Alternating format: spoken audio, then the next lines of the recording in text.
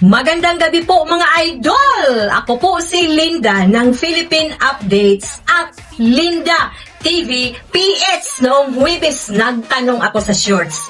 Ano po ang opinion ninyo kay Senator Rodante Marcolita? Ngayon, panoorin natin yung sinabi niya sa rally.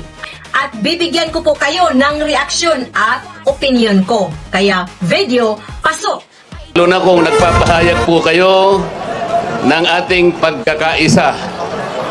Ang hinahanap na katarungan, hinahanap nating katotohanan, transparency, at accountability. Salamat po sa lahat ng mga kapatid sa Iglesia ni Cristo. Salamat din po sa mga hindi kapatid ngunit nakikisang-ayon at sumusuporta sa pagkakaisa natin sa gabing ito. Ang iba po ay mga kakilala ko, yung iba po ay hindi ko man kakilala, ngunit nagpahayag po sila ng pagsuporta at pagmamahal sa ating bansa at sa ginagawa natin ngayon. Hindi na nga po sana ako pupunta dito kasi baka akalain po nung iba ako pa po yung nag-i-instigate, hindi po. Ang palagi ko pong ginagawa, kagaya ng palagi kong sinasabi, ay kailangan maipakita natin kung ano ang tunay at tapat na paglilingkod ng isang public servant sa pamahalaan. Gusto ko pong gamitin ang aking sarili na isang mabuting halimbawa kung paano ang isang public official ay tumupad ng kanyang tungkulin dahil sa pinagtiwalaan ng mga tao para sila ay paglingkuran.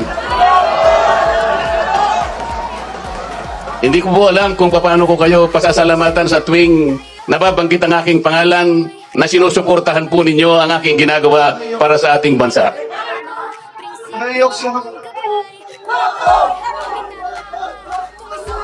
Pangalawang araw na po ito, ngunit hindi ko nakikita sa mukha ninyo ang kapaguran. Hindi ko po alam kung paano ko magpapasalamat sa inyo. Kung magagawa ko lang, napuntahan ko kayong isa-isa para yakapin ko kayo. Gagawin ko po.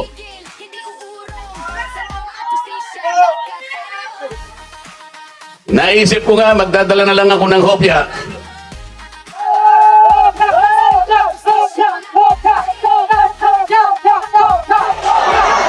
Pero nung makita ko po na napakarami ninyo, kahit 30 pabrika ng hopya, hindi magkakasa sa inyo. Okay lang yan!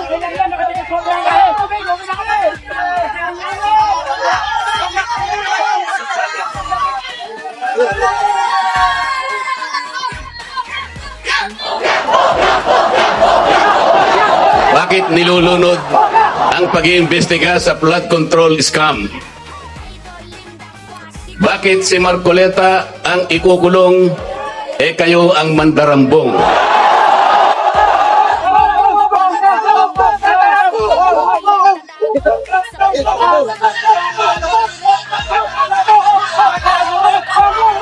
Meron po akong babasahin sa inyo, alam nyo na po ito, pero kailangan pong alam ko uli sa inyo para maitatak po sa ating puso.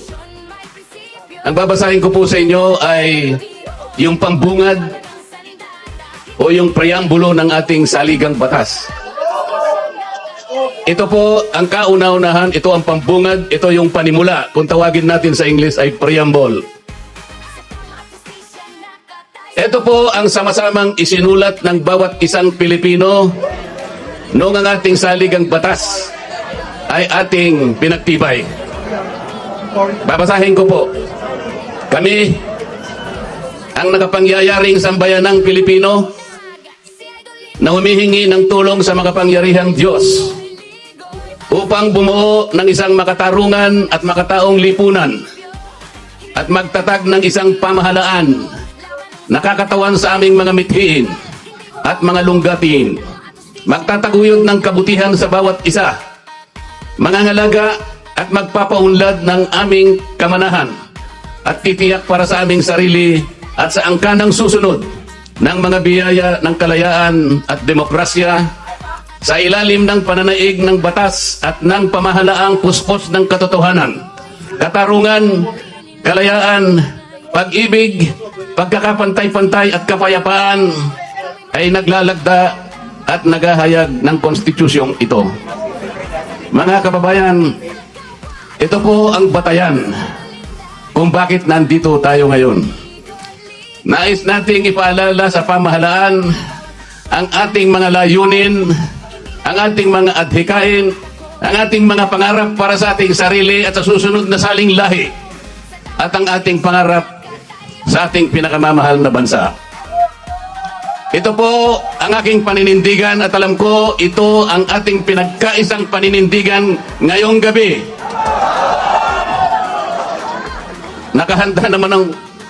Nakahanda po akong magpakulong.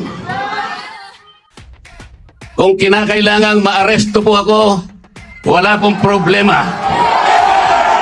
Kung ito po ang kabayarang hinihingi para ipagtanggol ko ang katarungan at ang pambansang kagalingan at ang interes ng mamamayang Pilipino.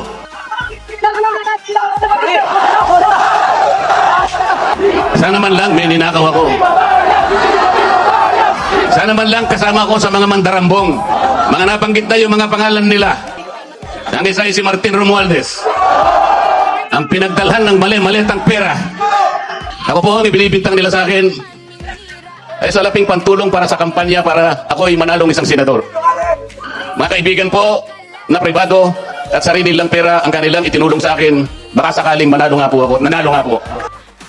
Hindi ko na po ipaliliwanag ang technicality kung paano nila inimbento ang isang gawa-gawang asunto laban sa akin. Tingnan po ninyo kung sino pa yung nagtatanggol at tumutulong para sa ganon, matukoy natin kung sino ang may kagagawan ng pinakamalawak, pinakagrapal na pandarambong sa kabambayan. Eh siya pa ang inaasunto at siya pa ang pinagbabalakang arestuhin. Hindi ba katungkulan ng ombudsman ang sila ang humanap, umusig at parusahan ang lahat ng may kagagawan nito? Bakit ang ombudsman ang nagagalit sa akin? Hindi ba dapat tulungan pa nila ako? Sapagkat iisa ang layunin namin. Ginawa po nilang politika ang lahat ng ito. Ang mga asunto po na sinampa laban sa akin, nagsasaysay ng kwarta, pero hindi nagbabanggit ng korupsyon. Nagsasaysay ng halaga, ngunit hindi binabanggit ang ill-gotten wealth. Ipinipilit na iugnay ang public office, ngunit walang binabanggit na abuse of public office. Naglulupit ng mga chismis, ngunit walang ebidensya. Naglulupit ng naratibong pampolitika, ngunit walang binabanggit na elemento o sangkap sa mga krimen na kanilang gawa-gawa. Yun po ang nakapagbibigay po ng malaking kalapastanganan sa ilalim po ng mga batas na umiiral sa ating bansa. Hindi ba sinabi natin, bawal ang bend the law? Ayun, don't bend the law. Eh paano naman kasi? Isa naman kasama ko doon sa pulwagan sa Senado, bigla na lang nagsalita. Sometimes you have to bend the law to be able to please the people. Sumagot yung kausap. Tinanong kasi siya kung tama yung sinasabi. Ang sabi niya, yes sir. Mga kababayan, uulitin ko po ang aking pagsaludo sa inyo, ang aking paggalang, ang aking pagpapasalamat sa ipinakita ninyong pagsuporta at pagmamahal sa akin at sa mga bagay na ipinaglalaban nating lahat. Ang katarungan, ang katotohanan, ang pananagutan at ang katarungan. Huwag po tayong maghiwa-hiwalay. Ang sabi nga natin, we are one. We are one.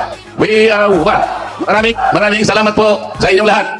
O di ba? Makikita talaga natin na marami pong sumusuporta kay Senator Rodante Marcolita na nagpunta talaga doon sa EDSA para makilahok, magbigay ng suporta para kay Senator Rodante Marcolita. Hindi lang po ito kaugnay sa kaso na inihain para sa kanya, kundi siyempre masyadong bilib tayo. Bakit?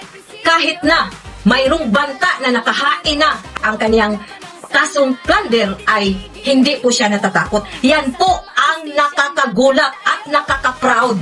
Magiging INC ka man or hindi, ay nakakagulat po ang suporta na binibigay ng mga tao doon sa EDSA rally. Kahit hindi INC, ay nagpunta po doon. Para sa akin, nakakagigil pa rin, nakakagalit pa rin. Bakit?